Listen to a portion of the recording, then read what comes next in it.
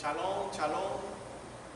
Dios nos bendiga y que la paz de Dios sea con todos vosotros y con cada uno de los presentes en esta transmisión. Yo como siervo del Señor, aprovechando bien el tiempo, en esta hora quiero compartir una palabra que ha sido de mucha, pero de mucha bendición para mi vida, y sé que para cada uno de ustedes va a tener un impacto maravilloso en su vida espiritual. Saludo de manera muy, pero muy especial a todos los miembros de Casa de Oración para todas las naciones, San Fernando, así como también del estado Guárico, del estado Aragua. Mis bendiciones para ellos y que Dios sea siempre su guía, sea siempre el que traiga el gozo, el que traiga la paz en este tiempo tan difícil para cada uno de nosotros. En Segunda de Crónicas, capítulo 34, hay una historia maravillosa que nos habla del reinado de Josías. Todos sabemos que Josías era un muchacho joven que de apenas 8 años asumió el reinado de su padre Amón. Josías, dice la Biblia, que fue una persona muy, pero muy recta, de acuerdo a los mandamientos de nuestro Dios. Dice también la Escritura que Josías hizo muchas reformas, hizo muchos cambios de acuerdo a lo que él sabía de nuestro Dios. Y una de las cosas más maravillosas que hizo Josías fue que mandó a reedificar el templo de nuestro Dios. Cuando él manda a reedificar el templo de nuestro Dios, dice la palabra que tuvieron el hallazgo de la ley. Las escrituras sagradas estaban en el templo y fueron encontradas por el sacerdote, quien la envió a su rey. Y una vez que el rey tuvo conocimiento de la palabra, dice la escritura que él se humilló. Dice la escritura que él se arrepintió. ¿Por qué? Porque ya conocía el pensamiento de Dios establecido en su palabra. Una de las cosas que primero hizo Josías fue buscar. Y sabemos que cuando buscamos algo lo vamos a encontrar porque es una ley divina. El que busca, encuentra. Tal vez las escrituras estaban en el templo bajo los escombros. Se creen los grandes eruditos que estaba llena de polvo, tal vez tenía algo de suciedad. Nosotros tenemos muchas veces la escritura en nuestras casas, tal vez bajo los escombros, tal vez la tenemos llena de polvo, pero es hora, es momento de buscar la palabra de nuestro Dios en nuestros hogares.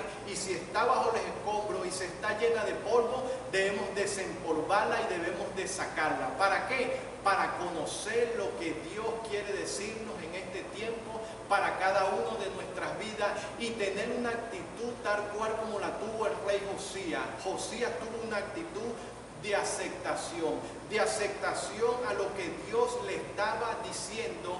Y cuando nosotros encontramos la escritura y Dios la revela a cada una de nuestras vidas, queda de manifiesto lo que Dios quiere decir en relación a la situación en la cual estamos pasando. Si hay fallas, si hay cosas negativas que están en nuestras vidas, que están en nuestro hogar, la escritura, la palabra de Dios nos las revela. Josías aceptó que estaban haciendo ciertas cosas malas y por eso él tuvo que eliminar la idolatría del pueblo de Israel. Josías tuvo que limpiar al pueblo de Israel de tanta idolatría, de tantos dioses paganos. De hecho, sacrificó los huesos de los sacerdotes que alababan, que adoraban a cada uno de estos dioses. Ahora, el templo estaba abandonado y en el templo se encontró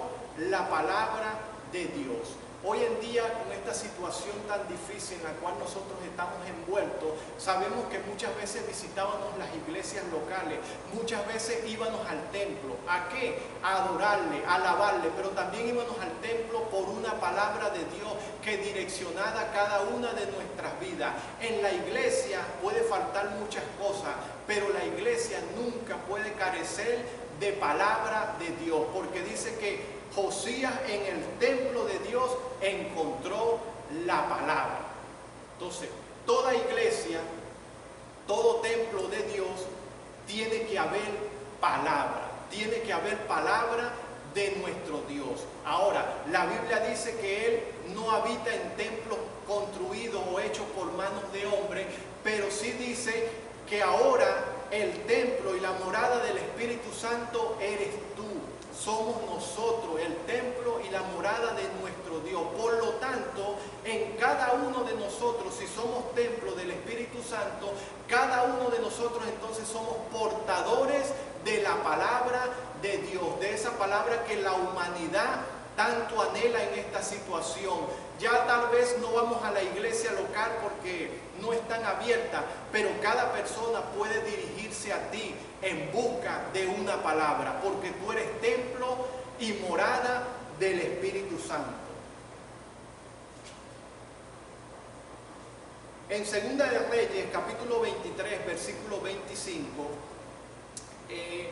nos dice la Escritura de la siguiente manera: no hubo otro rey antes de él que se convirtiese al Señor de todo su corazón, de toda su alma y de toda su fuerza, conforme a toda la ley de Moisés.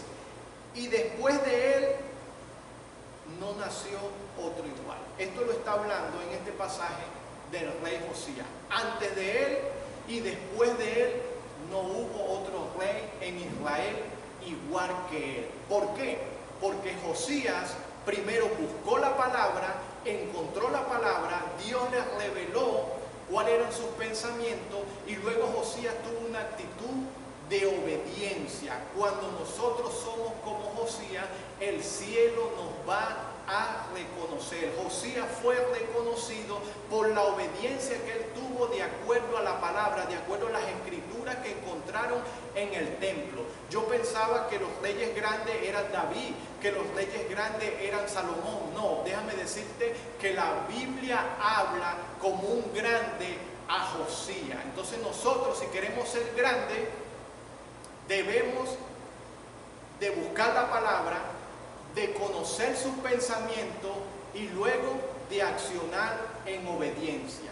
Examina, escudriña, profundiza en la palabra de nuestro Dios.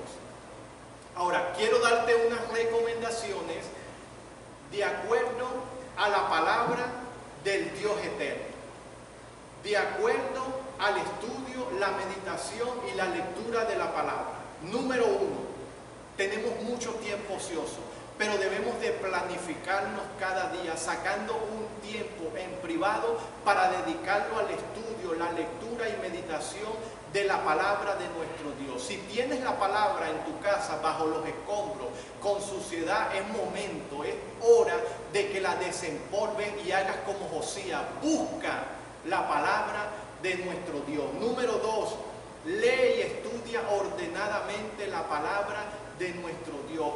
Estudia personajes bíblicos como Salomón, David, quién era Moisés, o también puedes hacerlo de manera temática. Toma un tema, el perdón, busca concordancias bíblicas, busca versículos bíblicos que hablen o que tengan relación con el tema específico del perdón, pero también puedes seleccionar un libro para el estudio, para la meditación, para profundizar en ese libro. Hay personas que les gusta mucho el Evangelio según San Marcos porque es corto. Hay personas que les gusta estudiar y profundizar en el libro de Estel. Número 3, investiga el contexto histórico de lo que estás estudiando. Tómate un tiempo, no hagas todo esto deprisa. Tiempo tenemos muchísimo y Dios sabe el por qué está permitiendo todo lo que está sucediendo en nuestras vidas. Aprovechemos bien el tiempo. ¿Cómo? Pregúntale a la Escritura, pregúntale al pasaje bíblico. ¿Quién escribió esto? ¿Quién lo dijo? ¿Por qué lo dijo? ¿Dónde lo dijo?